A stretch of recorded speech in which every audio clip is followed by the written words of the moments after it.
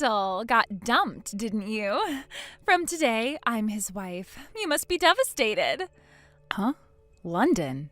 It's rare for you to message me on here. What's going on? I'm saying you got dumped by Greg. Must feel awful, huh? Wait, you can't be serious. Did you really? Yep, just filed the marriage certificate with Greg today. It's official. I'm his wife now. Wait, you actually filed it? I thought you were just infatuated with Greg. I never imagined it would go this far. I didn't think you two were really involved.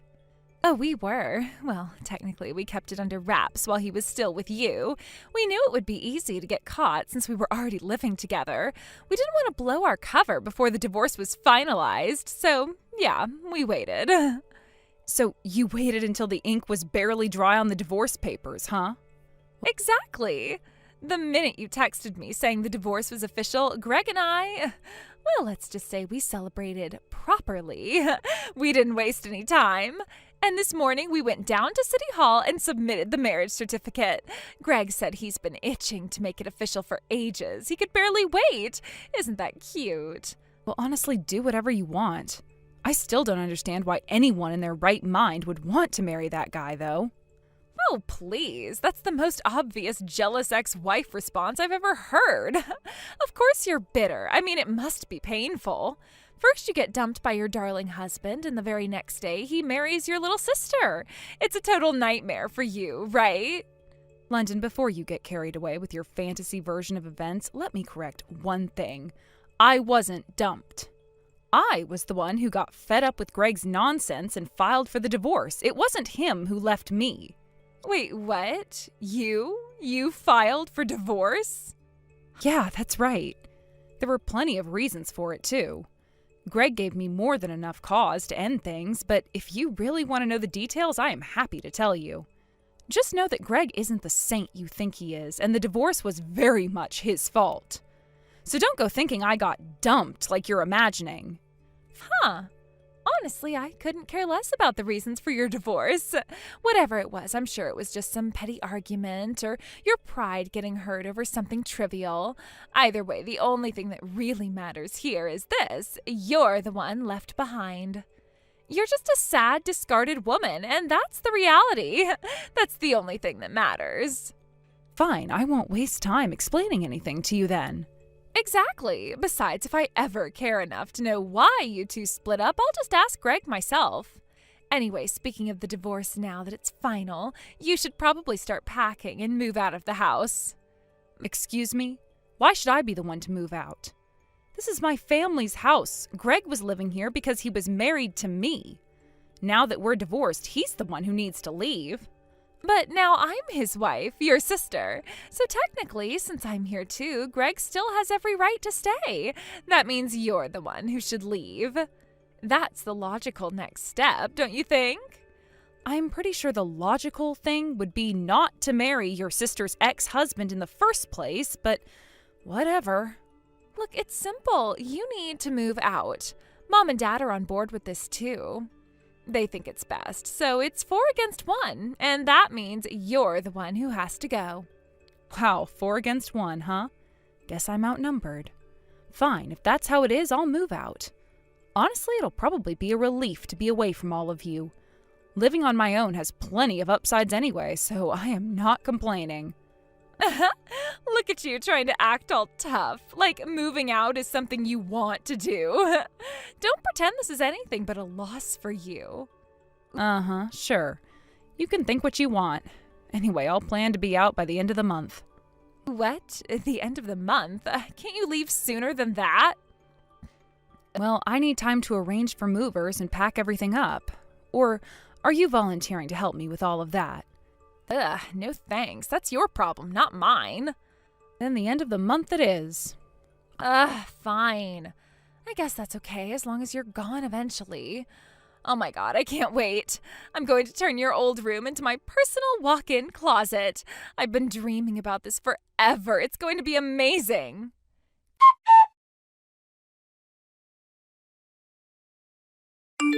Kendall, it's the end of the month already. Hurry up and get out. I'm already gone. What? What are you talking about? Do you even know what time it is? Around 9 p.m.? London, did you just wake up? What do you mean?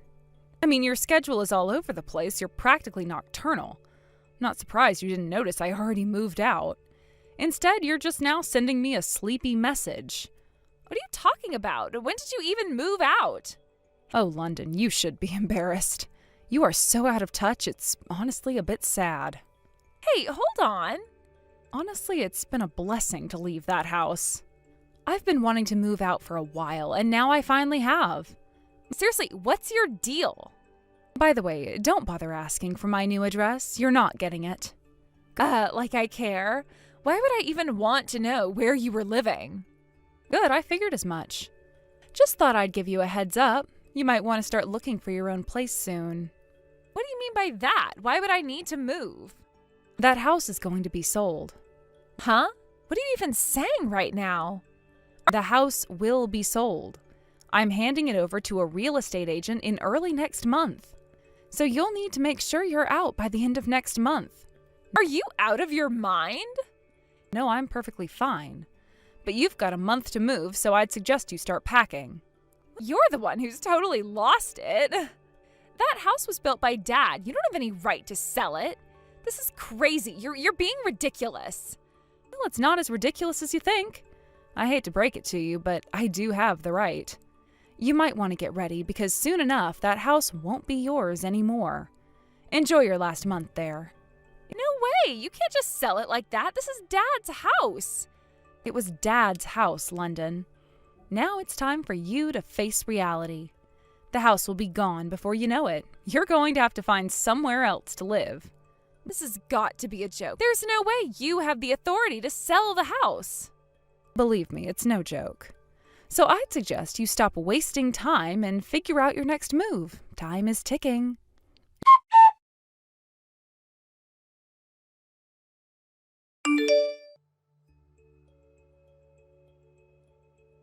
Kendall!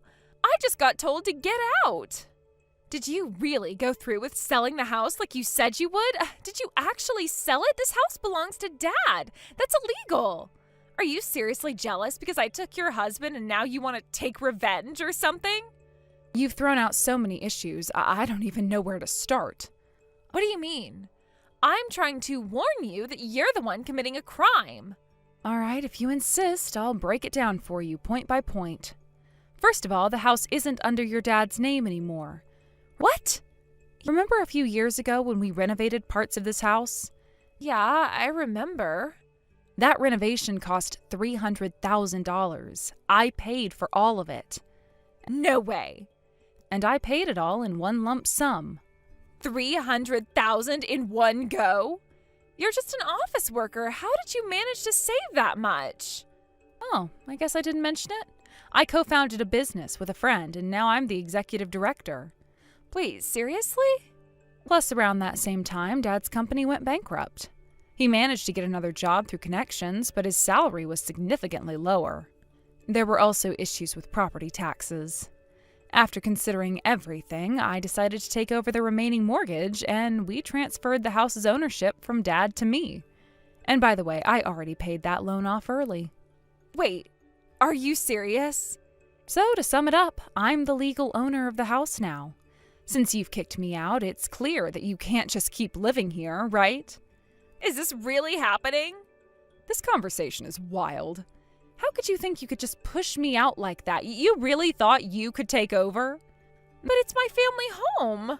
That's what you think. The truth is, I'm the one with the legal title now. You should have thought about this before making any hasty decisions. I can't believe this. Well, you might want to start believing it. Because the reality is, this house is mine, and there is no way you or anyone else can stay here after what happened. But... No buts. You might want to start looking for a new place to live because this isn't going to work out for you anymore. I am done with this drama.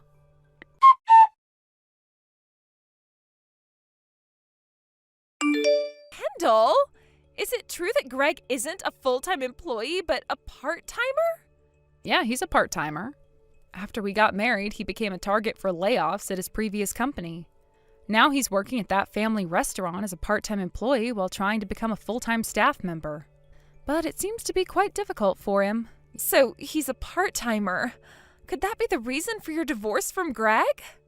Yeah, at first I thought it would be okay since I had a stable income and could support us both. But the money he makes as a part-timer goes entirely into his personal spending. He doesn't contribute even a single yen to our living expenses. He leaves all the household chores to me, and when he's at home, he just lounges around playing mobile games and eating and sleeping all day. I started to question the point of being married to Greg, and that's ultimately why we ended up getting divorced. I see. I always thought Greg had the higher income. So what? If you're saying that Greg's low income is affecting our living situation, then you should really consider getting a job yourself. Wait, me? You kicked out the highest earner in the family. It's only natural that you take on some responsibility for that. No way! I want to be a stay-at-home wife. If that's the case, I'll just divorce Greg right now and hurry to find a rich husband instead. I don't think it's that easy in the real world. Besides, can you please just move out already? The real estate agent has been telling you repeatedly, right? What? We're family. Can't you cut me some slack? Even if we are family, once a real estate agent is involved, there is no room for leniency. That's just unfair. Look, London, it's about time you face the reality of the situation. Greg's choices and your decisions have consequences. You can't just expect to stay here indefinitely. I can't believe this. You're really going to kick me out of my own family home just like that? Yes, I have every right to do so, especially since I'm the one who's been managing everything financially. You've made your choices, and now you need to deal with the fallout. But what about the family ties? I thought that meant something. Of course family matters, but responsibilities do too. If you want to remain a part of this family, you need to step up and contribute. So what? I'm supposed to just abandon my dreams of being a stay-at-home wife and find a job instead? If that's what you really want, then yes. You need to adapt to the situation, especially since it was your decision to marry Greg and then depend on him. This is ridiculous. I can't believe you're putting all the blame on me. It's not about blame. It's about reality. Sometimes you have to face hard truths, London. It's time to think about what's next for you. Fine, I'll figure something out, but don't think I'll go quietly. I wouldn't expect anything less. Just remember, you have to start being responsible for your own choices.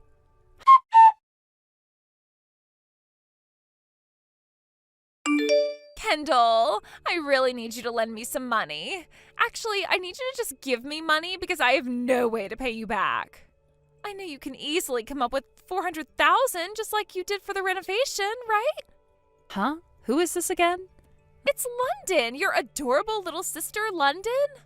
I vaguely remember an annoying, reckless sister until recently, but I've never had an adorable one. This is not the time for jokes. I need money. Please get me $400,000. Why on earth do you need $400,000? I've been hit with a compensation claim. Huh? Compensation? London, what did you do now? I was just trying to hit the jackpot and find a wealthy husband. Wait, so did you manage to get divorced from Greg? Not yet. What do you mean, not yet? No matter how much I begged, he wouldn't agree to divorce me. So I had to start dating to find someone else, and I ended up meeting a guy with an annual income of $1 million. We started dating, but then both Greg and his wife found out about it. Is the guy you're dating already married? Things were going so well. Just because you both are married doesn't mean it's going well. But it turned out that his $1 million salary was actually his wife's income. What? He was just a part-time worker at a convenience store. That sounds almost exactly like what happened between you and Greg. I thought you learned from your mistakes, but apparently you haven't learned a thing. Shut up. I really need that $400,000 right now. That sounds a bit excessive. Why do you need that much? Well, I did some things to his wife to try to get her to divorce him quickly. I scattered garbage in front of their house, sent her some cursed letters, and made silent phone calls. Just a little bit of harassment. A little bit? That sounds like serious harassment. So that's why you got slapped with a $400,000 compensation claim? Yeah, and since Mom and Dad have no money, they told me to figure it out myself. They moved back to Dad's hometown. So you chose to live with that strict uncle you've always had a hard time with, huh? Exactly. And now he's saying he can't deal with me anymore and wants to cut ties. So that's why I'm asking you. I will give you my bank details, so please send me the $400,000 all at once. What makes you think I would just give you that money? What? Look, everything you've done so far has led to this situation. If you take a moment to think about it, you should understand why I won't help you. If you don't get it, you need to reflect until you do.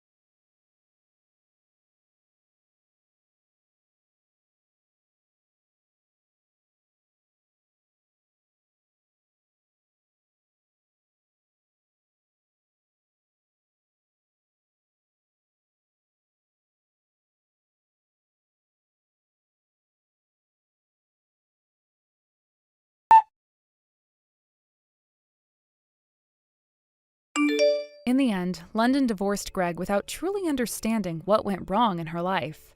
Despite the fallout from their relationship, it seemed she couldn't grasp her own shortcomings. Just a few days after their last text exchange, she found herself facing an unexpected demand. Greg was asking for alimony. Although the amount he requested was somewhat less than the market average, it still felt like a crushing blow for London, who was already drowning in her own debt of $400,000. The shock of it all left her slumped on the floor, feeling completely lost and bewildered. Realizing she had to start working to pay off her debts, London hurriedly rushed to the employment office. She sought a live-in job, thinking that would help her get back on her feet.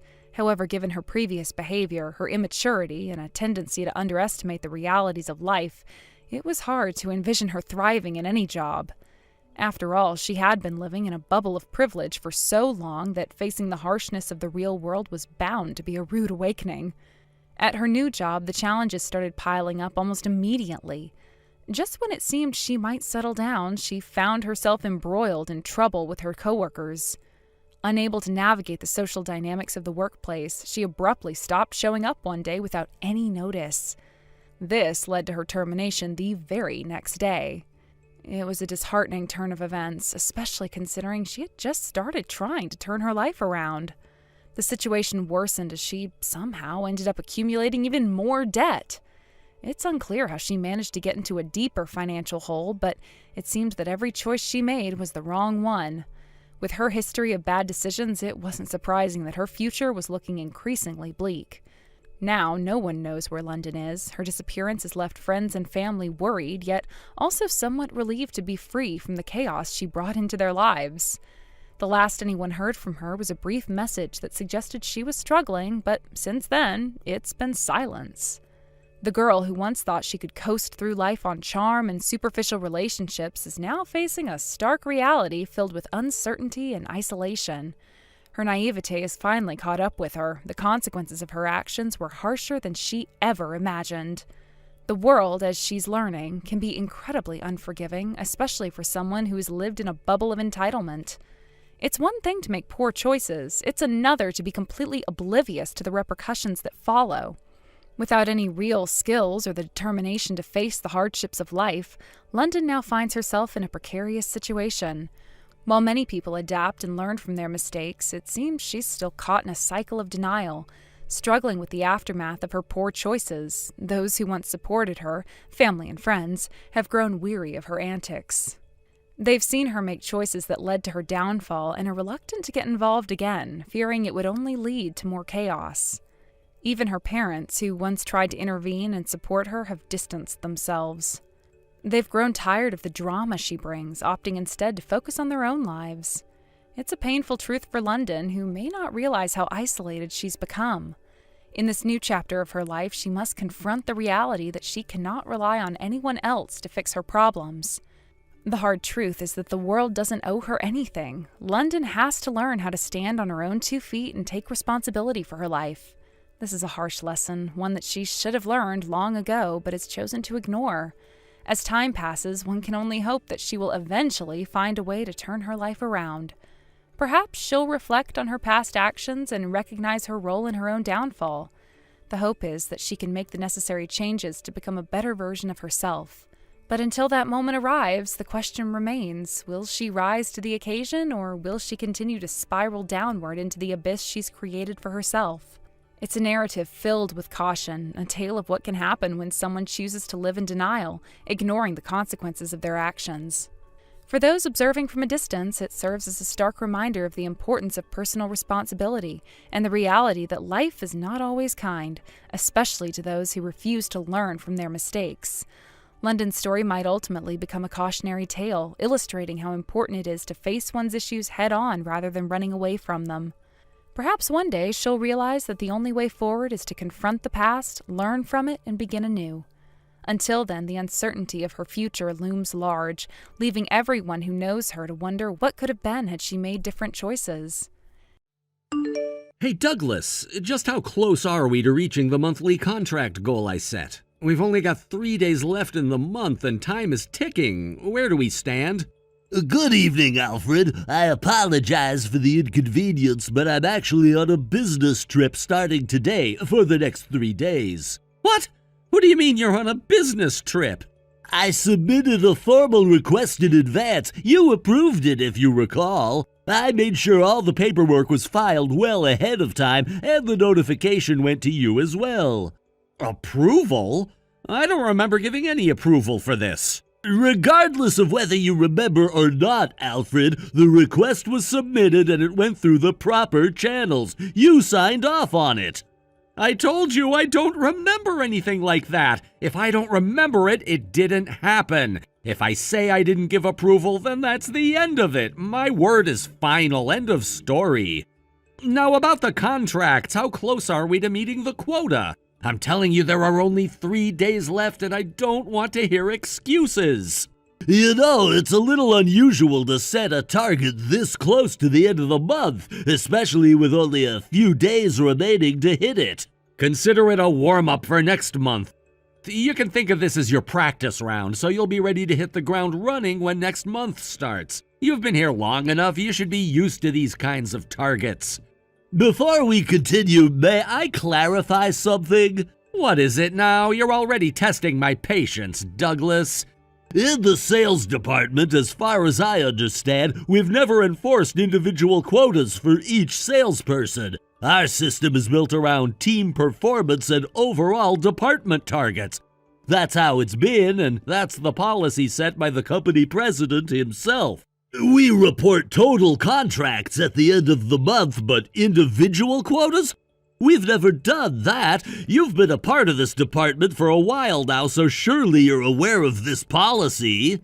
Yeah, that might have been the case up until yesterday, but things are different now. The president's away on medical leave, and while he's gone, the company's number 2, our vice president, is in charge of everything. So while the boss is out, the vice president is making decisions. And one of those decisions handed down from the top is that we're moving to individual quotas. Every salesperson is going to have to meet specific contract numbers from now on. This is the first I've heard of this change. Well, of course, you're hearing about it now. You weren't at work today, were you? We had a briefing this morning where this was all discussed, but since you were off on your little trip, you missed the entire thing. So yeah, no wonder this is news to you. As I mentioned earlier, this trip was approved, Alfred. It wasn't some last-minute decision. Everything was properly documented. I don't care. Approved or not, that doesn't change the fact that we have new targets, and if you're not meeting them, it's going to be a problem. If you haven't hit your numbers yet, you need to get back here immediately and start closing contracts. I don't care where you are or what you're doing, that's an order from me, your superior. And don't think you're getting any special treatment just because you've always been at the top of the sales leaderboard. That doesn't mean you're exempt from the rules everyone else has to follow. I'm sorry, but as I mentioned earlier, I'm currently about 3 hours away from the office. 3 hours? Where the hell are you? And in the next couple of days, I'll be even farther away. So it's not feasible for me to come back to the office. What? Are you kidding me? Then turn around and start heading back here right now. I don't care where you are, get back here immediately. I'm afraid that's just not possible, Alfred. Not possible? What are you talking about? This is a direct order from your superior. Look, Alfred, I'm sorry, but I'm currently working alongside someone else and they're calling for me right now. I really need to attend to this, so I'll have to excuse myself from this conversation. Goodbye. Douglas, wait a second. Who is this person you're working with? You're probably just out there with some junior employee from another department, right? There's no way this trip is that important. You should be prioritizing my orders, not running around with some underling. You're supposed to listen to your boss.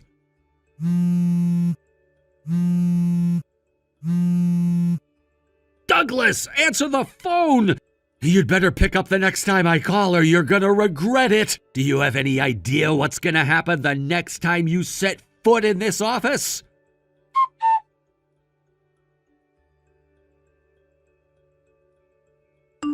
Kylie, can I talk to you for a bit? Of course, Douglas. Hey, aren't you still on that business trip? How's it going? You must be completely wiped out by now, huh? Yeah, you know how these trips are. It's been exhausting, but I'm pushing through. Thanks for asking, though. I figured. So, what's up? You reaching out to talk to me about work stuff? Something going on at the company? Yeah, exactly. I got this weird message earlier today from Alfred, you know, the sales manager. He was going on about how there were only 3 days left in the month, and suddenly, out of nowhere, he's talking about quotas. He said something about hitting a specific number of contracts by the end of the month, and get this, he hinted that this whole quota thing will become a regular thing starting next month. Wait, what? Quotas? That's odd. I mean, I'm not in the sales department myself, as you know, but from what I've heard from some of my colleagues, it seems like the vice president is up to something. Like he's taking advantage of the fact that the president isn't around right now, and he's just going off and doing whatever he wants. It's almost like he's using this chance to push his own agenda or something. So that's what I thought too. I had this feeling that the VP was pulling some strings, especially with the president out on medical leave. It just feels like a power play, doesn't it? Exactly. And you know what? Even though I'm not directly involved, I've been hearing rumors. Apparently there's more going on behind the scenes than just a push for more contracts. There's been talk in the break rooms and among some of the senior staff that the vice president is actually aiming for something bigger. Some people think he's trying to consolidate power while the president is out. If he can pull it off, he might be able to secure himself more control over the company permanently. Man, that's exactly the vibe I'm getting. But seriously, imposing quotas right now? The company's production lines are already running at full capacity. The factory is working flat out to handle the current workload, so it doesn't even make sense to push for more contracts. If we start taking on more work without increasing production capacity, we're gonna run into major problems. It's like they haven't thought through this at all. Yeah, that's the big issue. If they push the sales team to bring in more contracts, the factory's going to be overwhelmed. There's only so much production can handle at once. And as far as I know, there's no plan to increase capacity or hire more workers. So what's the plan here? To stretch the current workers even thinner? It's going to backfire. Exactly. It feels like they're putting the cart before the horse here. Instead of figuring out how to expand the production side of things, they're just blindly pushing for more sales. It's frustrating, you know? This kind of management is what leads companies into trouble. And to top it all off, Alfred, who's temporarily in charge of sales, seems to be fully on board with this new quota system. He's acting like it's the greatest idea ever, but I'm not convinced. Alfred, huh? Isn't he the one who stepped in after the sales department head went on maternity leave? Yeah, exactly. The department head, Mariah, is on maternity leave, and she's planning on taking the full year off. So Alfred's been running things in her absence, but honestly, he's not doing a great job of it. The guy's always been a bit too eager to please the higher-ups, and now with the VP pulling the strings, he's just going along with whatever crazy ideas get thrown his way. Well, that's not good. If Alfred is just going to go along with everything the vice president says, things could get even worse. I mean, what happens when the president comes back and finds out what's been going on? Or worse, what if the vice president actually manages to take control before the president returns? If the company's leadership keeps going in this direction, it could seriously hurt us in the long run. And with our wedding coming up, I'm a little anxious about what might happen. I don't want us to be caught in the middle of a corporate meltdown. I totally understand your concerns, Kylie. I've been thinking the same thing. But honestly, I don't think it'll get that bad. I've actually been talking to some people in the company, including the section heads in the sales department, and they're not happy about the new quotas either. In fact, most of the team isn't planning on following through with these ridiculous demands. And I had a conversation with your dad, too, the factory manager. He's fully aware of the situation, and he's made sure that both the production and sales sides are on the same page. They're not going to let this get out of hand.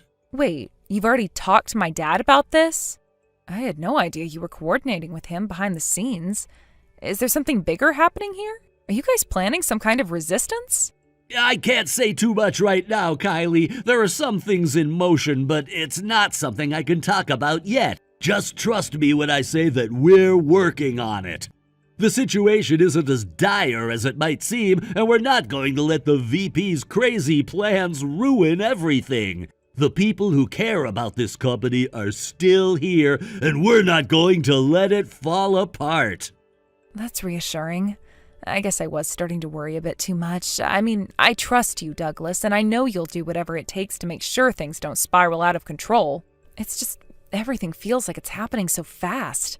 And with the wedding coming up, I just wanted to make sure we're set up for the future, you know? Yeah, I get it, and I promise you we're going to be fine. The wedding, our future together, none of this corporate nonsense is gonna derail any of that. I've got your back, and I'll make sure things stay on track. Thanks, Douglas. I really appreciate that. You've always been so level-headed about these things. It's one of the reasons I love you. And I love you too, Kylie. We'll get through this, just like we've handled everything else. Now I better get back to work before Alfred sends me another one of his ridiculous messages.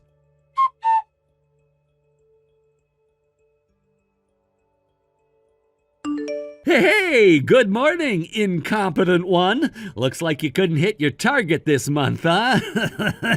Good morning, Alfred. I don't recall doing anything to deserve being called incompetent by you. What's going on?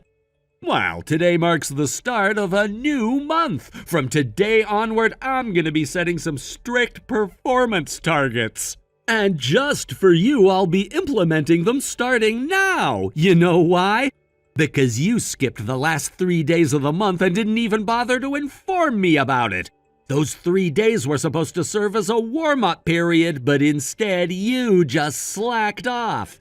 So I'll be setting even stricter targets for you compared to everyone else in the company. I've already explained multiple times that those 3 days were a business trip. It was fully authorized and I followed all proper procedures to get the time off. I don't understand why you keep bringing this up. Frankly, it's getting old and tiresome. It seems you don't understand your position here. I've got the vice president backing me, who is currently the acting head of the company. If I decide to, I can fire you anytime I want. You should really keep that in mind. I see. So what you're saying is that you and the vice president are actively trying to push me out of the company. Am I understanding that correctly? Well, that really depends on your attitude and how you respond to this situation. Is that so? All right then, I'll submit my resignation right now. What? Wait, what? I'll go ahead and hand it in during the next company-wide meeting. That way we can make it official and get everything sorted out. Huh? Today isn't even a day for a full company meeting. What are you talking about? Oh, didn't you hear? There's an emergency meeting happening this morning. No one told me about this. It was a direct order from the president. The president? Wait, the president is back at the office? Yes, the president returned to the office today. Already? I thought they were on medical leave for a longer time. Well, it seems the medical leave has been postponed. Apparently, there were some urgent matters that needed addressing before they could take time off. Urgent matters? What does that even mean?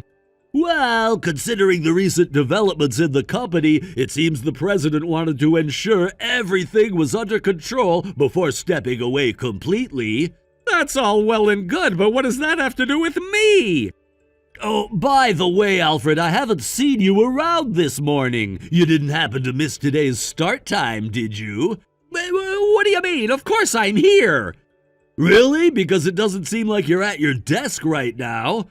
No, I'm just handling some things. I had a few urgent matters to deal with.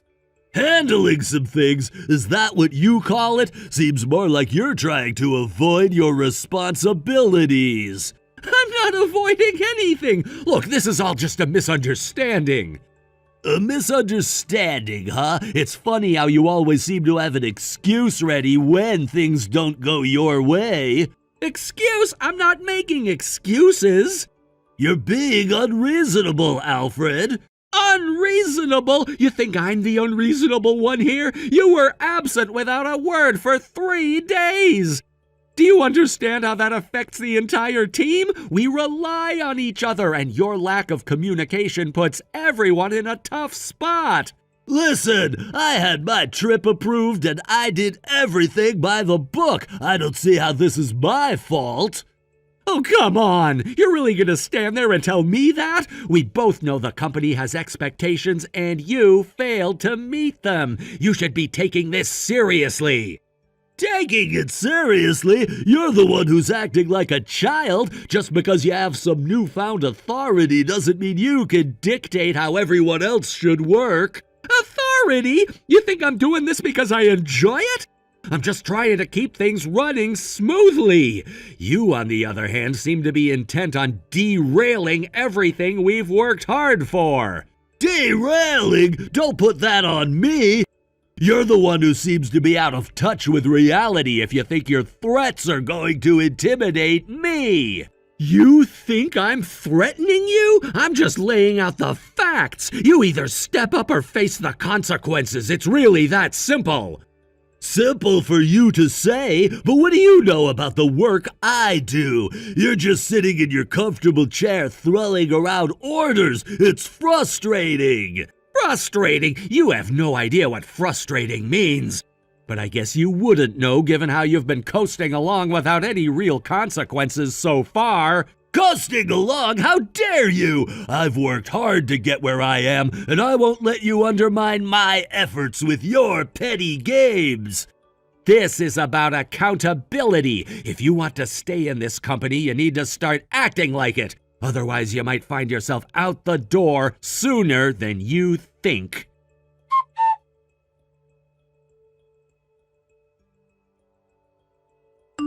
Hey, Douglas, what about the morning meeting? It's already finished. What? Oh, I should let you know I submitted my resignation letter in front of all the employees. You really did that? Well, to be precise, it was a resignation request, but when I handed it to the president, he cheerfully dismissed it, saying, "What is the next president doing?" Wait, next president? In line with the transition of the company's top position from the vice president until yesterday, I acted accordingly. However, the president, who has returned today, didn't grant my resignation, so I will continue to be a part of this company. Yay, what do you mean you're the next president? Isn't the next president supposed to be my uncle, the vice president? To be exact, I'm at the stage where I've been asked to be the next president after the next one. It's certain that a new president will be coming soon, but it's definitely not the current vice president. What? They'll be establishing a new structure once everything is settled. A new structure? What do you mean by that? Are you saying there's going to be a major overhaul in how things are run around here?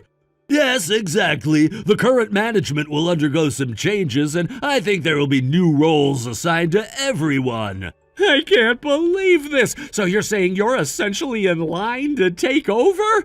What's going to happen to all of us in the meantime? From what I gather, the president is keen on restructuring to make things more efficient.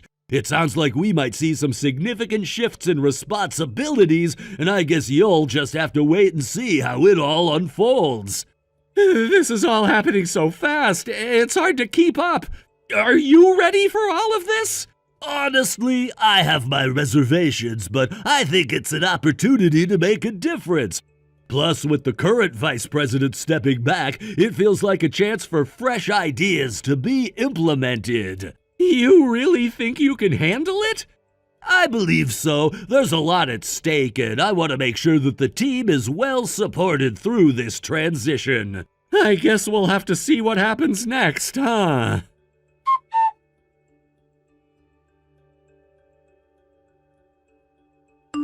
The fact that both the vice president and I are under house arrest is absolutely unbelievable! Why is this happening? Do you really not have any idea? What are you talking about? I'm referring to the former sales manager who left the company 6 months ago after being held responsible for a massive loss. Huh? And the former sales assistant manager who was demoted and had his salary cut 3 months ago for losing a contract with a major client and was subsequently transferred to the E-Town sales office. Wait, what? You genuinely don't remember anything about the treatment of these two individuals? What are you saying? If you still think no one has figured it out, I can only say you have quite a delusional mind. What are you suddenly talking about? In reality, both of these situations stem from your mistakes, right? You cried to your uncle, the vice president, and successfully pinned the blame on both the former manager and the former assistant manager, securing the vacant manager position for yourself. Meanwhile, your uncle was preparing to set you up as the manager to finally take down the president, who's been a thorn in his side for a long time. Then the news came that the president was going into medical treatment. What? Your plan was to seize control of the company by acquiring a large number of new contracts and expanding the business. You thought that by building up your achievements as a manager, you could force the president into retirement and solidify your position. Alfred, you imposed stringent sales quotas on your subordinates in the sales department just as you were told. You're spouting completely unfounded accusations. If you keep dragging my uncle and me into this, I will sue you. If you can, go ahead. What? I was on a business trip accompanying the president to directly meet with the former manager and the former assistant manager. What? There were many employees who were already on their side, and evidence of their innocence has been steadily gathering. All I needed to do was confirm the earlier conjectures and ask how they wished to proceed, and the former manager stated that he is already working in a different company and has no intention of returning. The former assistant manager expressed a desire to be reinstated to his previous position and salary, but they both share a common wish to sue you and the vice president for damages. Sue for damages? Regarding that, the president is preparing a lawyer for both of them. A lawyer is getting involved? The disciplinary actions from the company are a separate issue altogether. What? I believe you will receive further communication regarding this, so it would be wise not to take any unnecessary actions and simply wait patiently. Are you serious? This definitely means I'm going to get fired. You really ought to start connecting the dots, Alfred. This situation doesn't look good for you or the vice president. The board will be taking a closer look at everything that has happened over the past several months. The two of you have created a mess that's now come back to bite you.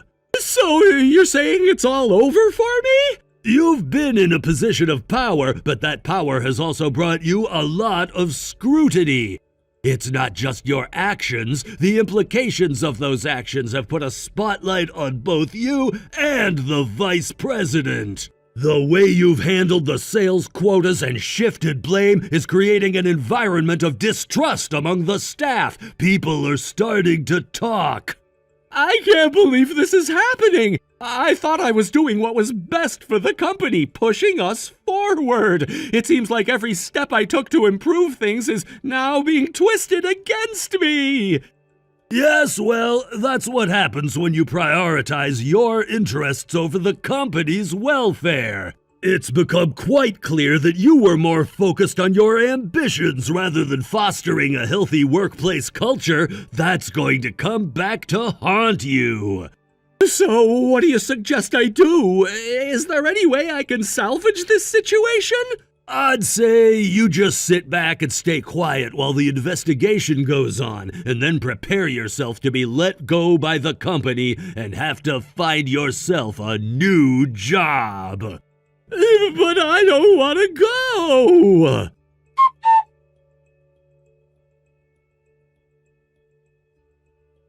To sum it up, the vice president was dismissed, and Alfred faced disciplinary termination.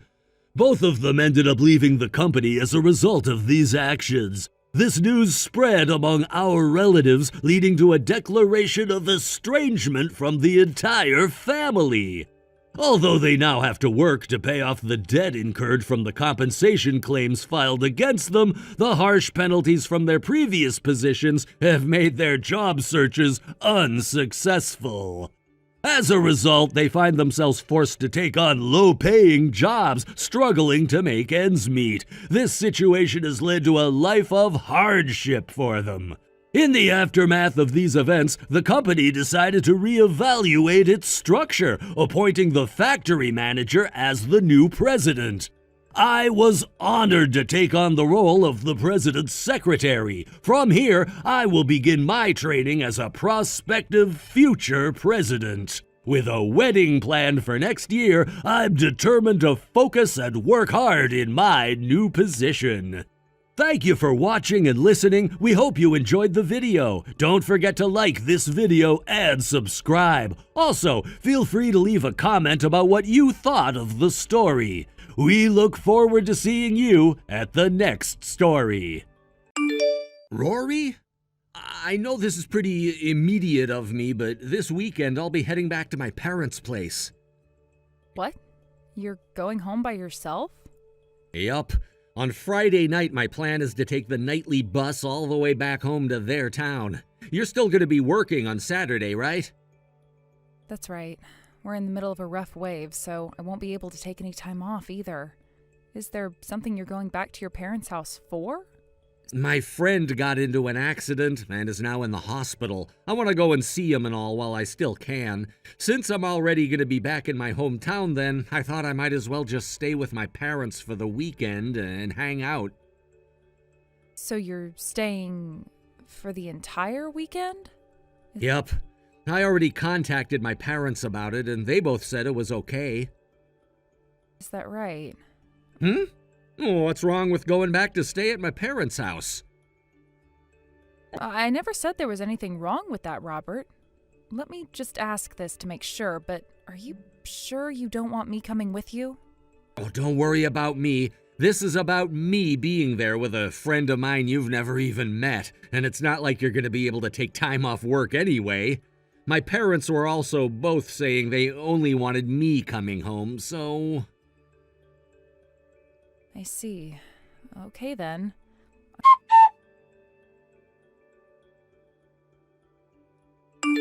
I finished work. I hope you had a good day there. I did, and now I'm going to start taking the long bus ride back to my parents' place. Oh, that's right. While I'm back at their house, don't you dare contact me about anything. What? Not myself or my parents. Why can't I? I'll be going to visit my friend in the hospital, and I don't want it going off all the time. And when I'm back at my parents' house, I'd like to have a taste of what things were like back in the day when I never had a phone. You know what I mean? In other words, I just want to take things easy, huh? If I start getting calls and texts from you, I might start remembering just how stressful things really are for me. Okay. I don't mean that as a bad thing, though. Well, it's not a problem.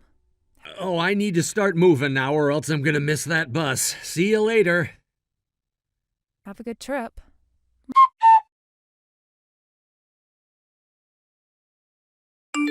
Mom, good evening. This is about what I mentioned to you before. Hello, Rory. And good evening to you, too. How are things going there? Just as I expected. I'm heading back home now is all I really got from him. He told me that he had just finished up work and would be getting on the night bus to head to your guys' place for the weekend. I see. Just to be sure that there wasn't someone like that, my husband and I called all around and heard nothing about one of his friends being in the hospital right now. Everyone around here knows about Robert, so I made sure to ask every single person I could about one of his friends, and nothing came back about one being injured.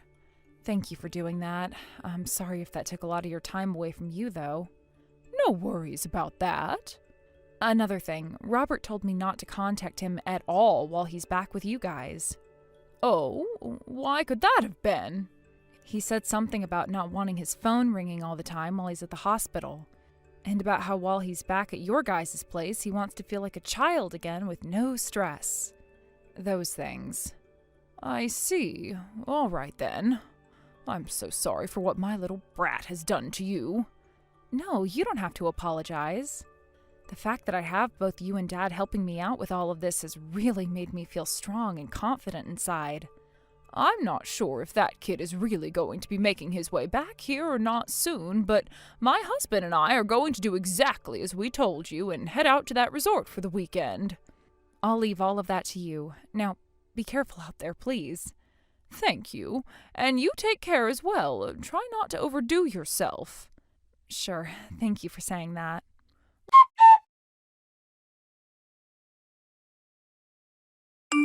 Rory, things are going as we assumed they would. Robert just got here and checked into the hotel with a very young woman at his side. Roger that, Mom. So once they've begun eating dinner and a couple of hours have passed since then, we can start our plan of attack, right? Correct. Please do your best. By the way, Rory, that woman he's with, she's the daughter of someone I know. Wait, are you serious? Because of that, there's no reason for us to change our plan of attack now. That girl has done all kinds of stuff with men and has made a reputation for herself here in town. So that's the kind of person she is. I just never thought that my own son would be taken away by someone like her. Mom, I'm sorry about that. I didn't need to mention that right now. I'll make sure to tell you all about that woman in a little bit, all right? Understood. Please and thank you.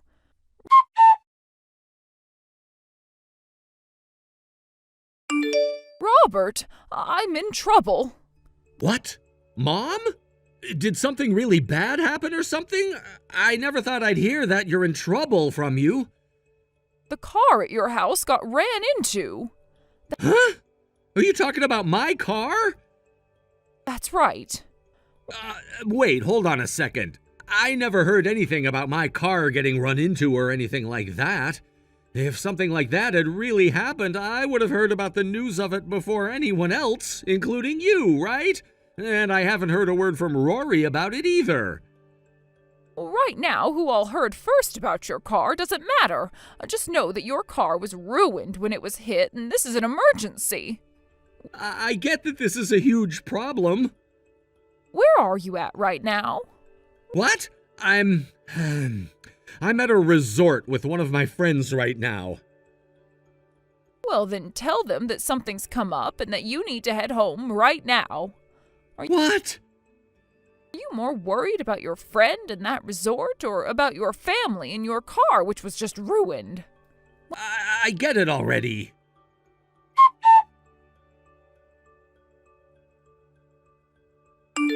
Yo, Rory, I'm on the bus right now heading back to the house. Did my car really end up getting destroyed after being hit? Well, I never heard anything from you about that before. Does that mean you weren't even aware of that happening yet or something?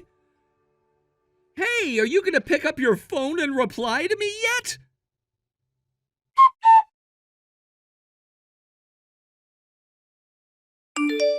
Yo, what the hell is all of this about? Was I really just lied to about my car being hit and destroyed? Who the hell was the one that made up all that crap about my car? Well, hello, Robert. Are you back at the house now? Hey, Rory! Where the hell are you at right now? You should be finished with work by now, right? I'm finished. Well then, where the hell have you been this whole time? The next town over, back at my parents' house. What the hell is going on over there? I heard about how my car was hit and ruined by my mom, which has turned out to be some massive bullcrap. Oh? I had told your mom that everything would be up to her in terms of that. But I guess telling you that your car was ruined would be the best way of getting you to come home as soon as possible. Huh? I'm not really sure what's going on here, but you knew about the lie? And you were able to get my mom to lie to me about it all? In other words, both you and my mom were in on all of this? Why would the both of you do this to me? Were you too busy smooching with that girlfriend of yours at the resort for all of this? Huh? I knew you would be, so I made sure that your mom made up a really good lie that would get you to run home without even thinking first, and taking you away from her. What are you going on about? I don't have any girlfriend right now. Listen, Robert, sorry to say, but I know all about you and her. What? That girl you've been cheating on me with happens to have lived in the same neighborhood as your parents do, but has now been living close to you and I ever since she moved out here after high school. And she so happens to be only 19 years old and working at that favorite bar of yours here in town, right? Did you get so excited about seeing a girl close to 10 years younger than you from the past and taking things one step too far because of it? I'm sorry, but it is frickin' disgusting that a man who is almost 30 now has been having sex with a girl who is just over half his age now. What? How did you find out about this? Both your mom and your dad went to a resort close by to their town, thinking that would be just the place you'd be heading to with her. They were both the ones that saw everything play out, by the way. What? They saw you checking into the place with her, standing right beside you that whole time. They were able to find out where I'd be staying with her? How did they manage that? Listen to this, Robert. I had a look at the computer the other night, and on Google there was still a tab open to that resort, and it was saying thank you for booking 2 nights there this weekend. What? You used that website as well, then? Did you not just hear me say that I logged into the computer and that tab was still open? Uh, I was actually getting on to book a place for my mom and I to go for myself this weekend. And that's when I ran into what you'd left for me to see. damn it! After having a look at more of the search history thereafter, I found this wasn't the first time you'd done this either. There was at least 3 times you'd gone and booked a room for 2 on that website. But I never went anywhere with you before. That was the moment I realized that you were most likely cheating on me and that I needed to talk with your parents about it. And so, that's how the 2 of them found where I'd be staying. That's right, Robert. Next time you want to keep something completely hidden from me, do so by exiting out of those tabs after reserving a room. Or better yet, do all of that on your phone, please. I should have known something was up when it was my mom telling me about my car having been hit and ruined like she did. You have always had that soft spot in your heart for your mom, to the point that you'll just listen to anything she has to say to you without a doubt in your mind. Well, that really came to bite you in the ass this time, right? God damn it! One other thing. I'll leave everything that comes after this for your dad to handle. My dad? I heard something before from him about how he'd be calling in some help in order to get you trained into being a decent human being again. I'm sure someone's going to be there for you very soon now. Can you hear them coming yet?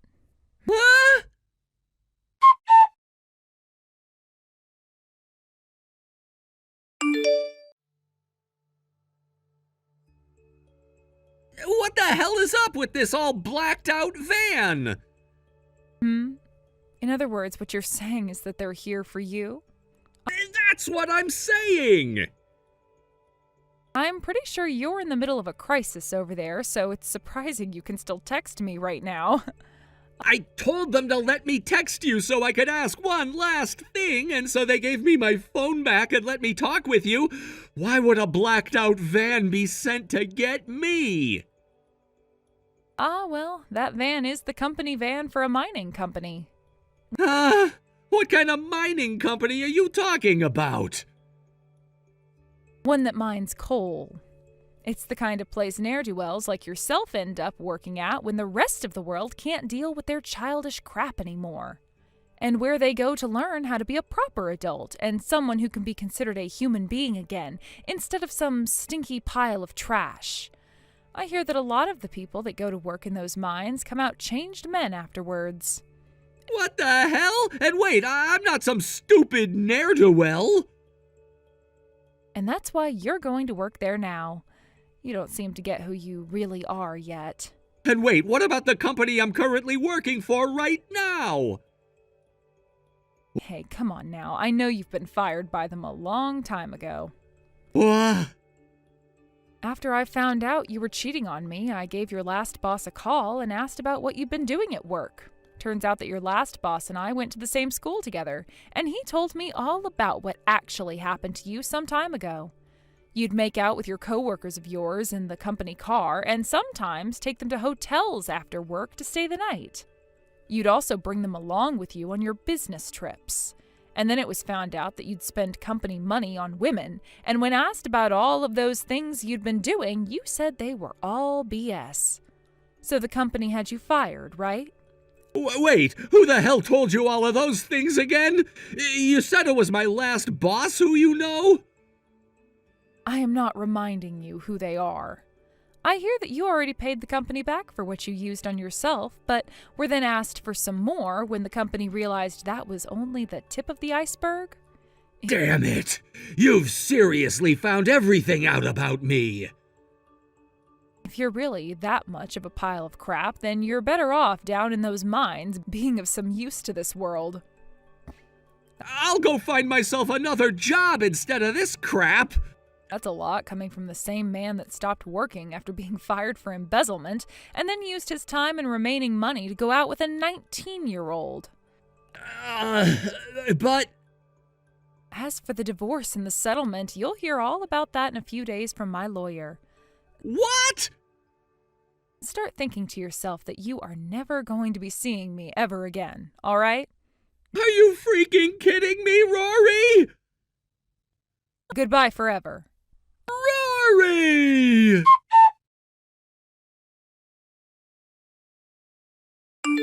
According to the neighbors, the scene unfolded like a chaotic comedy. Robert was in a state of panic when he saw a group of muscular men emerge from the sleek black van parked next to our house. The sight of these intimidating figures sent him into a frenzy. He was shouting, "No, please stop!" in a voice that was more pitiful than threatening, as he darted around the yard, desperately trying to escape whatever fate he thought awaited him. It was as if he had lost all sense of dignity. His frantic movements seemed almost comical, flailing about as he attempted to evade them. But in the midst of his chaotic escape, he stumbled over absolutely nothing, a complete misstep, and that was the tipping point. He ended up crashing headfirst into the garden pond, splashing water everywhere. The image of him, completely soaked and disoriented, is one I can't help but chuckle at even now. Despite being drenched from head to toe, the men didn't let him off the hook.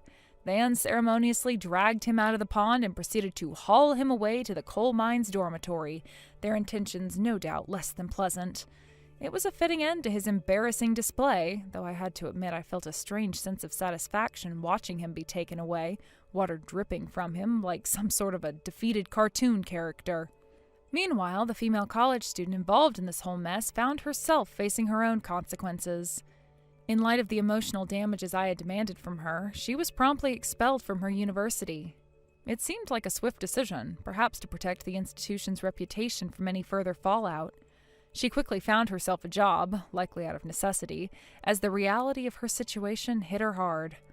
I heard that she also ended up joining the same group that was linked to Robert, which made for a curious twist of fate. When I filed for divorce, I also demanded compensation for emotional distress. The agreed-upon amount would be deducted from both of their salaries at the respective companies where they now worked. It's interesting how life has a way of tying people together, even after a relationship has crumbled into pieces. As for Robert and the young woman, both have now been assigned to different locations within their organizations.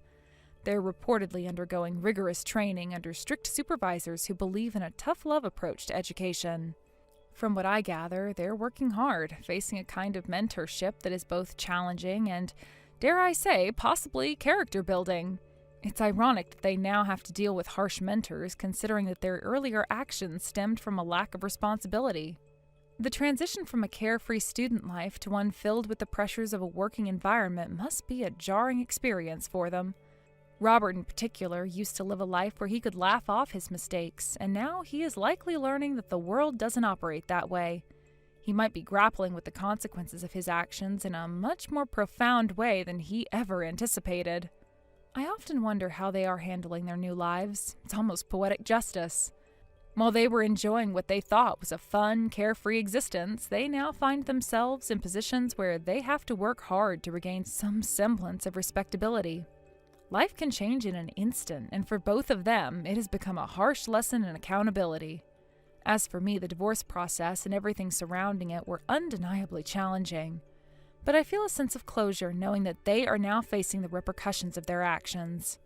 The emotional toll it took on me was significant, but watching them deal with their own consequences offers a form of vindication. I can move on with my life, and they have to face their new reality, one that involves hard work and the guidance of tough mentors. I've also started to find my own path forward. It's liberating to think that I can make decisions without having to consider the whims of someone else. While they're caught up in a world of hard lessons and difficult tasks, I can focus on my own growth and happiness. The burden of their choices no longer weighs on me. Instead, I feel a sense of lightness and freedom. The universe has a way of balancing things out, and for Robert and the college student, the reality of their situation is a stark reminder of how important it is to take responsibility for one's actions. They thought they could have a carefree life, but now they're learning that every choice has consequences. It's hard not to feel a bit smug about the whole situation. I can't help but smile at the irony.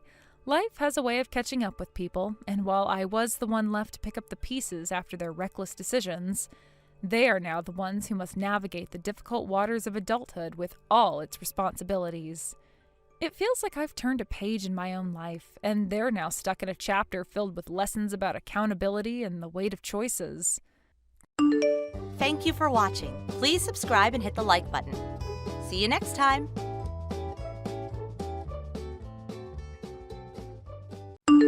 Hey! Guess who's back in town and ready to turn things up again? Oh no, not today. Please tell me you meant to text someone else. Oh my god, rude! That's seriously the first thing you say to me? Wow, way to kill my mood instantly, Issa. Sorry, I don't have the energy for whatever chaos you're about to drag me into. History has taught me to run when you show up. Drama queen much? Jeez, you act like I'm the devil. I just wanted to say hi and catch up. You never just want to say hi, Nora. You say hi right before you blow up my life for a week. Wow, okay. Way to assume the worst about your own bestie. So judgmental. Bestie? Haven't we outgrown that word by now? Some of us had to grow up eventually. God, you're even worse than Max these days. What happened to the fun Isabella? She used to know how to have a good time. She disappeared right around the time you forced her to bail you out of jail. Remember that? Oh my god, that was like years ago. Ancient history. You need to get over it already. It's a little hard to get over it when you keep creating new disasters. You're like a walking, talking cautionary tale, Nora. Blah, blah, blah. Seriously, you're so boring now. Life's too short to be miserable all the time. It's not miserable to have stability, Nora.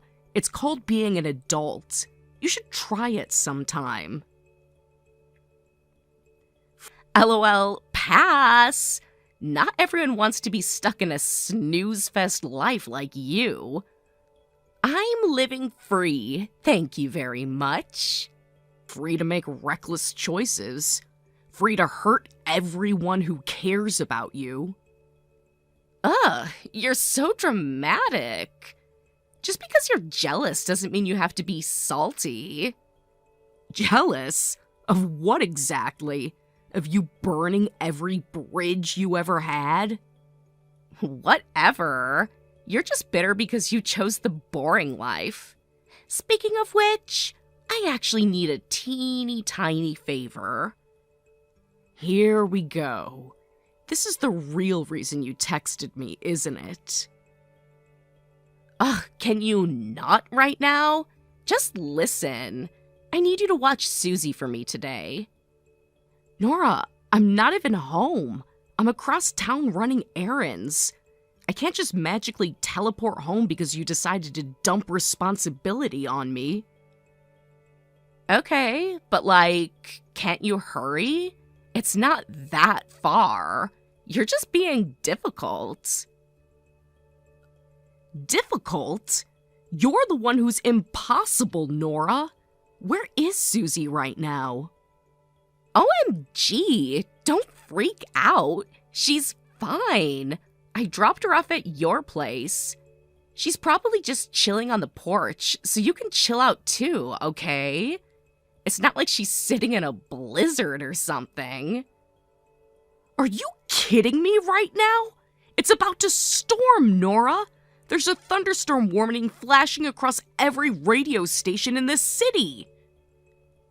Oh my god! You're being so dramatic. It's a little drizzle, Isabella. A few sprinkles. Big whoop. A few sprinkles? She's 5 years old, Nora. She's sitting alone outside and you don't even care. Seriously, she's tougher than you think. Kids need fresh air and stuff. Builds character or whatever. Builds character? Leaving a child alone in a storm builds neglect charges. That's what it builds. Oh, please. It's not like I abandoned her. I knew you'd come running. You're all motherly and whatever. That's not the point. You don't just leave a kid on someone's porch like an Amazon package. OMG, you're so touchy. She's having an adventure. Kids love that kind of stuff. She's fine. An adventure? Being left out in the rain wondering why her mom just disappeared without even a goodbye? You call that an adventure? Well, when you put it like that, you sound like the villain, not me. All this negative energy? Jeez. Negative energy? I'm worried about your daughter, Nora. Forgive me for not being thrilled while she's sitting there soaking wet. It's really not that bad. She'll dry off. Little kids are basically waterproof. I can't believe you sometimes. I really can't. How can you be so casual about your own child sitting out in a thunderstorm? OMG, you act like I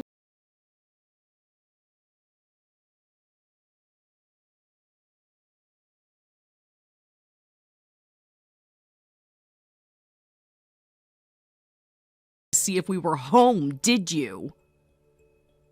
Well, obviously, I figured you'd be back soon. You're always misresponsible. Always doing the right thing, blah, blah, blah. Unbelievable. You're seriously putting her in danger because you didn't want to deal with her for one day? It's not like that. I had stuff to do. And Susie's like totally obsessed with you anyway. It's basically a win-win. I don't care how you try to spin it. You don't just dump a kid and run off. Well, every second you keep texting angry messages is another second she's sitting in the rain. Maybe get moving instead of writing an essay. The very second that I make sure Susie is safe, I'm calling Max and telling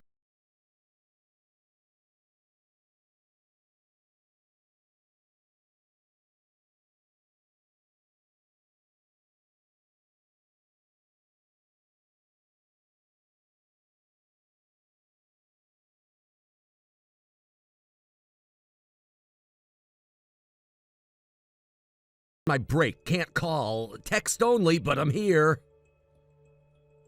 Max, thank God you answered. I really, really need to talk to you right now. It's important. Okay, you're scaring me a little. What happened? It's about Nora. She dropped Susie off at my house without telling me. Just left her there. Wait, what? She just left her? Like dropped her off and drove away? What the hell, Isabella? I wasn't even home, Max. I was still out running errands when she did it. One of my neighbors found Susie sitting on the porch alone. Oh my God, is she okay? Where is Susie now? She's as okay as she can be, considering. My neighbor took her inside when it started raining. I'm rushing back now. I'm maybe 10 minutes away. Jesus Christ, I don't even know what to say. This is insane. How could Nora think this was okay? Because she doesn't think, Max. That's the whole problem. She just acts on impulse and expects everyone else to clean up after her. This is next level bad. I mean, she's been selfish before, but this is straight up dangerous. Exactly. And the worst part is, I don't even think she realizes how wrong it is. She probably thinks I'm the bad guy for being mad. God, you're right. You're absolutely right. She's so far gone she can't even tell when she's putting Susie in danger. It makes me sick. It really does. That poor girl deserves so much better than this. I know. Susie deserves stability, love, real attention, not a mom who thinks dropping her off like a package is normal. I can't believe how close we came to something worse happening. What if no one had seen her?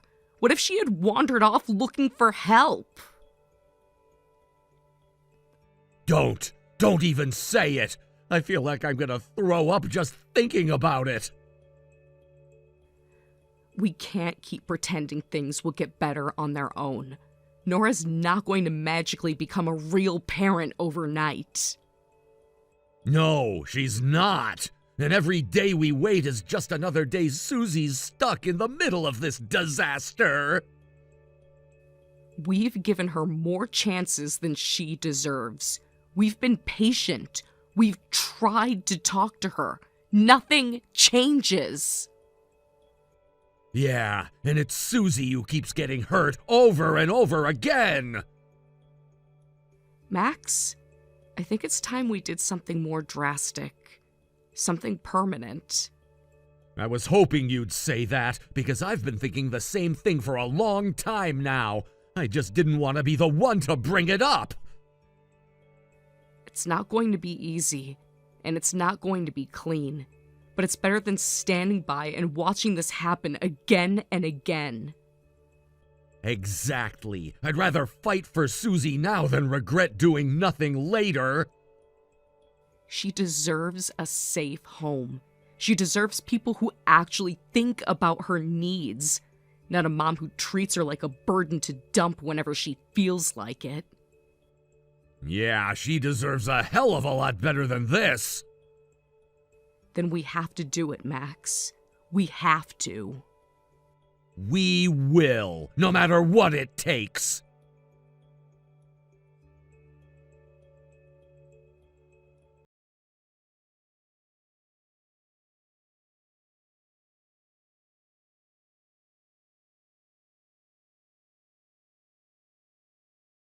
From Paradise!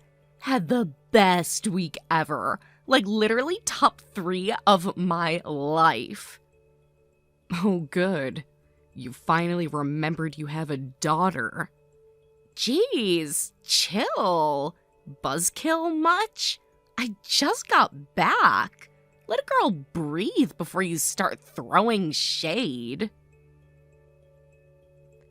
A week, Nora. You were gone for a week without even pretending to check in on Susie. OMG, relax. She was with you. She's not like a baby or something. You're acting like I left her in a dumpster. You practically did. You abandoned her without so much as a warning or a goodbye. God, you are so freaking dramatic. It's not that deep. It is that deep, Nora. You left your child. You didn't even bother to make sure I was home before you dropped her off. Well, you're always so responsible and whatever. I figured you'd be back fast. No big deal. She could have been kidnapped. She could have wandered off into the woods. Anything could have happened, Nora. OMG, she's fine though. Like, seriously, you're freaking out over nothing. I'm freaking out because I care. Something you clearly know nothing about. Ugh, stop it. You're making it sound like I don't love her or something. You don't even love her enough to interrupt your vacation to check if she's alive. Tell me again about love, Nora. Ugh, whatever. It was a romantic vacation, okay? You can't bring a kid on that. Get real. You know what else is real? Being a mother. But I guess you wouldn't know anything about that. LOL, you are so jealous. You're stuck in a boring married life and you can't handle the I'm out here living. I live just fine, Nora. I just don't sacrifice my child's well-being to do it. Yawn. You're like ancient. No offense, but you act like you're 80 sometimes. And you act like you're 15. At least I still know how to have fun. Not my fault you're bitter. Not bitter, just disgusted. Whatever. Point is, I had the most amazing week with my boyfriend. I think he might be the one. The one who encourages you to abandon your child? What a keeper. God, you're impossible. Maybe if you smiled once in a while, you'd get it. Maybe if you cared about someone besides yourself, you'd understand what being an adult means. Blah, blah, blah. Lecture, lecture. When are you gonna get off my case? Let a girl live her dream life. Speaking of real life, Max and I have been talking. Oh, here it comes. More judgment. Hit me with it. It's not judgment. It's facts. We've decided we don't want to give Susie back. LMAO, are you kidding me? Dead serious. We want to adopt her permanently. Good luck! Like a court's gonna just let you steal my kid. No one's stealing anything. You gave her away the moment you decided she was disposable. Oh, whatever. Honestly, you want her so bad? Give me 10 grand and she's all yours. You're serious? Dead serious. Cash talks, baby. Besides, I'm marrying my boyfriend soon. Duh. Child support's gonna dry up anyway. Might as well get something out of it. You're vile. You're worse than I even imagined. OMG, stop being so dramatic. It's just business. Fine, we'll pay you. Hell yeah. But on 2 conditions. Ugh, conditions again? Whatever. What now? 1, you sign over full custody. No visitation, no rights, no coming back later when you change your mind. Duh. Not like I want some brat showing up ruining my hot girl life anyway. 2, you sign a restraining order. You stay away from Max, from me, and especially from Susie. Forever. Easy peasy. Where do I sign? Just make sure the check clears, girl. It's not going to be a check. It's going to be official, notarized, signed paperwork. No loopholes, no drama. LOL, whatever. Give me my money and you'll never hear from me again. Good. That's exactly what Susie deserves. OMG, can we wrap this up already? I got a mani-pedi appointment in like an hour. Priorities, you know. Trust me, Nora. I know exactly where your priorities are. And soon, you'll be nothing but a bad memory. Bye!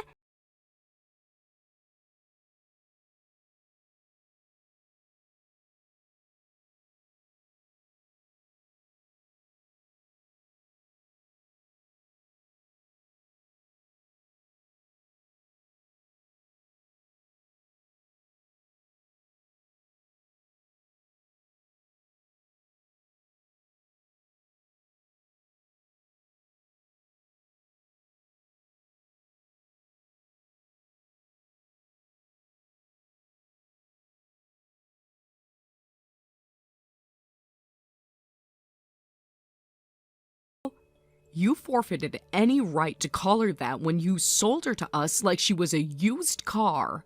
You signed full custody away, Nora. You agreed legally never to contact her. OMG, chill. I'm not trying to start anything. I was just curious. Wondering how she's been. You don't get to be curious. You gave up that right the second you cashed the check. You don't gotta be so nasty about it. Like, damn. Can't I even ask how my kid's doing? She's not your kid. She's ours. Max and I have raised her, loved her, supported her. Every single thing you should have done but didn't. Ugh, whatever. So how is she anyway? If you must know, she's doing exceptionally well. She's attending a private high school on a full academic scholarship. She's a captain of the track and field team. Last year, she won the state championship in the 400-meter sprint. She's brilliant, focused, and thriving. Wow! That's my girl! No, she's my girl. Max's girl, not yours. OMG, chill. Like, whatever. I'm happy for her. She's doing amazing. Clearly she got all that from me.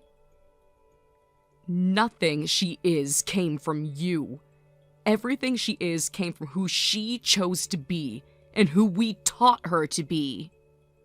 Jeez, whatever. You don't gotta get all defensive. I just wanted to talk to her, catch up or whatever. Absolutely not. OMG, why not? You're so selfish sometimes. I'm her real mom. A real mother doesn't abandon her child for a boyfriend and a shopping spree. A real mother doesn't put a price tag on her daughter's life. God, you're so uptight.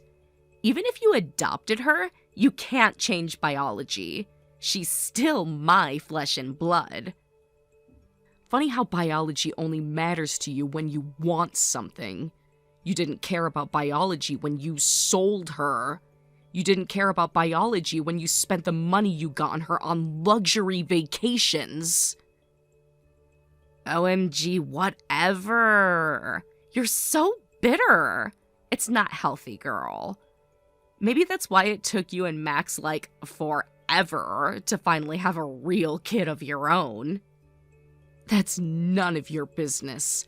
Our struggles are not a punchline for you to mock. Jeez, relax. I'm just saying it must be hard, having a new baby and a teenager in the house. That's a lot. Maybe you could use a little help. What are you getting at, Nora? I mean, if you're feeling overwhelmed or whatever, I could always take Susie back. I mean, it's been years, but no hard feelings, right? You want Susie back? Yeah! She's still technically my daughter, right? I could totally pick up where I left off. You're unbelievable. What? I'm being generous here. You should be thanking me for offering to help lighten your load. Generous? You gave her up for cash like she was an old couch you didn't want anymore. Now you think you can just stroll back in and take her back like nothing happened? Well, yeah. People change, okay? Maybe I'm ready now. Maybe you should have thought about that before you walked away. OMG, stop being so cold. She's my kid, Isabella. She's our daughter. Ours. You are nothing to her but a cautionary tale. OMG, you're so full of yourself. You act like you're perfect. Newsflash, you're not. At least I didn't trade her for a paycheck. You're such a bitter old witch. Whatever. I'll just file for custody and get her back myself. Go ahead and try. You'll be laughed out of the courtroom. We'll see about that. Why now, Nora? Why after all these years are you suddenly desperate to drag her back into your life? Maybe I just want to reconnect, okay? Maybe I just want to have a real mother-daughter relationship again. You think I believe that? After 10 years of silence? After 10 years of pretending she didn't exist? People change. No, Nora, you don't change. You only want Susie back because you're in trouble. What the hell are you talking about? I'm not in trouble. Really? Because according to public court filings, you're about to be charged with fraud. What? How do you even know about that? I keep tabs on people who might be a threat to my family. Unlike you, I protect the ones I love. You're lying. You have no idea what you're talking about. You never notified the court that you gave Susie up. You kept collecting child support from her biological father even after you signed her away. That's fraud, Nora. And now you're going to have to pay back every cent you stole. OMG, no. You don't get it. It wasn't like that. It's not my fault the system's all confusing. It's your fault you chose money over your daughter. Again. Please, Isabella, you don't understand. If they see I have Susie back, maybe they'll go easy on me. Maybe they'll think it was all a misunderstanding or something. It's too late for that. No, it's not. I can fix this. I just need her back for a little while. I already informed the court. They know she's been with Max and me for the past 10 years. You don't have a leg to stand on. No!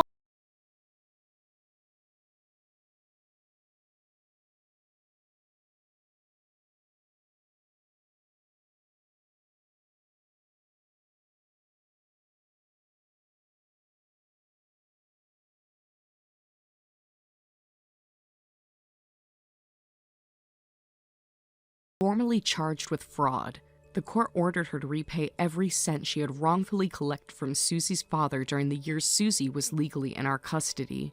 Of course, she didn't have the money. She had blown through it all on vacations, clothes, and whatever else caught her attention at the time. Now, her wages are being garnished and she's living in poverty, right where her choices led her. Meanwhile, our family is thriving. Susie has fully embraced life with her little brother. She's the best big sister we could have ever hoped for. Watching them grow together has been the greatest gift Max and I could imagine. We're stronger, happier, and more united than ever. Nora made her choices, and she's living with the consequences. As for us, we're living in peace. Exactly the life Susie always deserved. Thank you for watching. Please subscribe and hit the like button. See you next time.